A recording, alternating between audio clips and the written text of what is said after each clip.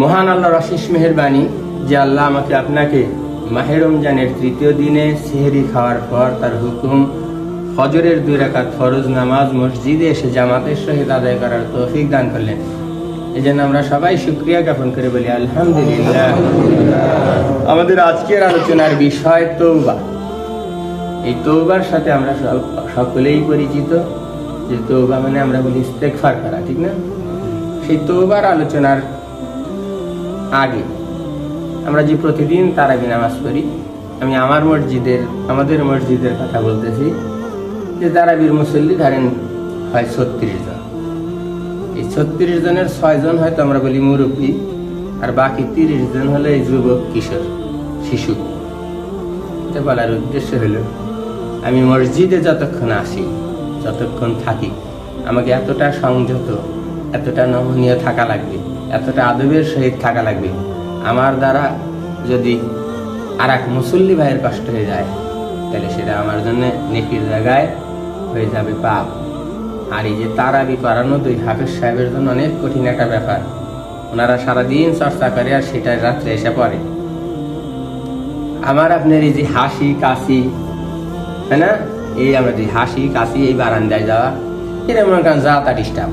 এগুলা হুজুরের জন্য যদি একবার কনসেন্ট্রেশন ব্রেক হয়, একবার যদি মনোযোগে ঘাটতি হয়ে যায়, তখন আর তার এই ছন্দ মেলানো কঠিন, ঠিক আছে না? তাহলে একটু খেয়াল করা লাগবে। এখন আবার এটাও বলা মাইন্ড করা যাবে না যে 30 জন যে আসছে বলতেছি, আর এই 30 জন ব্যস্ত থাকার কথা ছিল ওয়াইফাই, ফেসবুক, মেসেঞ্জার নিয়ে। তারা যে এতটুকু ধৈর্য নিয়ে প্রায় 2 ঘন্টা ব্যাপী এশার নামাজ তারাবি নামাজের জন্য আসে, এটার জন্য তো ধন্যবাদ, ঠিক না? তাহলে এই উপলব্ধিও থাকা লাগবে যে না আসে, কিন্তু চেষ্টা করা লাগবে। আমার উদ্দেশ্য একটাই, এখানে আসার উদ্দেশ্য একটাই, আমাকে নেকি অর্জন করা, সব হাসিল করা। সেটা যেন আমার বেয়াদবির কারণে, আমার মানে উশৃঙ্খলতার কারণে সেটাই বিঘ্ন না ঘটে, ঠিক আছে না? ইনশাল্লাহ খেয়াল করবো, প্রত্যেকের জায়গা থেকে খেয়াল করবো, তাহলে অনেক হাকিকতের কাজ হবে। মূল আলোচনা আসি। আমাদের আলোচনার বিষয় তওবা। বুখারী শরীফের 6307 নম্বর হাদিস, হযরত আবু হুরায়রা রাদিয়াল্লাহু আনহু হইতে বর্ণিত।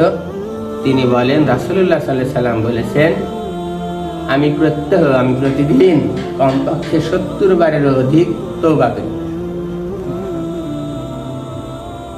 যেই নবীর উপরে মশামাছি পড়া হারাম ছিল, তিনি বলছে প্রতিদিন কমপক্ষে বা 70 বারের অধিক তওবা করি।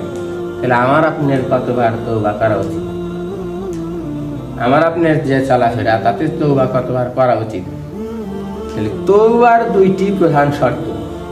তওবা হলো কি? মুখে মুখে আস্তাগফিরুল্লাহ রাব্বি, এটা বলা হয় তওবা না। তওবার হলো প্রধান 2টি শর্ত, যে আমি কোনো ভুল করেছি, আমি কোনো পাপ করেছি, তার জন্য অনুতপ্ত, অনুশোচনা, আক্ষেপ করা। এটা হলো নাম্বার 1। প্রথম শর্তই হলো তওবার, যে আমার দ্বারা যে কৃত ভুল হয়ে গেছে, অন্যায় হয়ে গেছে, পাপ হয়ে গেছে, তার জন্য আমি অনুতপ্ত, অনুশোচিত, লজ্জিত। আর দ্বিতীয়ত, ওই ভুল আর আমার দ্বারা হবে না, পুনরায় আর এই ভুল হবে না, তার জন্য নিজেকে প্রতিজ্ঞাবদ্ধ করা, আল্লাহর কাছে প্রতিশ্রুতি দেওয়া, ঠিক আছে না? তাহলেই হবে তওবা। তাহলে গজলের ভাষায় বলতে হয়, যতদিনে জীবন বিনা বাজিবে,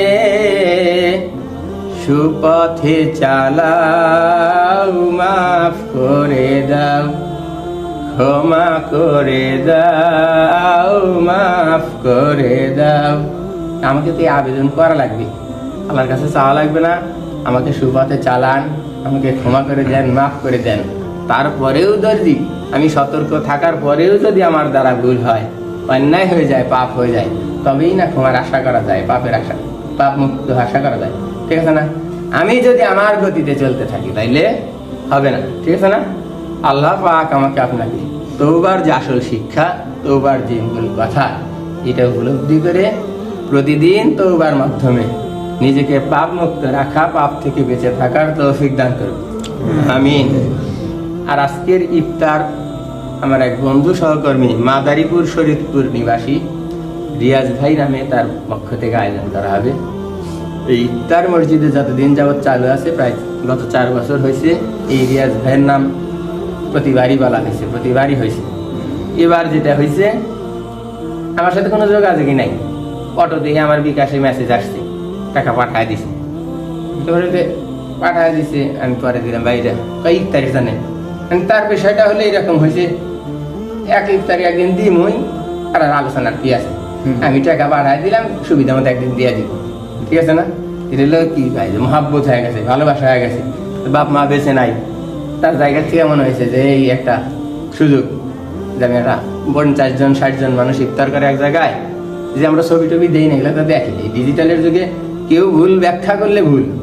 আপনার মনে করেন বলার উদ্দেশ্য উৎসাহিত করা, অনুপ্রাণিত করা আপনাকে। এই যে ইবাদতের জায়গায় আমরা বারবার বলতেছি যে কথাগুলো না, আপনাকে ভালো লাগার জায়গা তৈরি করা লাগবে। মসজিদে আসলে ভালো লাগবে, আসার পরেই যদি মুখ কালা করে আসেন, আইসা 5 মিনিট না থাকলেই অদর দেওয়া চলে যান, তাহলে হবে না। আপনাকে এইখানে আসলেও যে ভালো লাগে, এই উপলব্ধি ভিতর থেকে আনা লাগে। আল্লাহ পাক আমাকে আপনাকে সহিহ বুঝের মাধ্যমে, সঠিক আমলের মাধ্যমে আল্লাহর সন্তুষ্টি অর্জন করা যায় সেই তৌফিক দান করুক।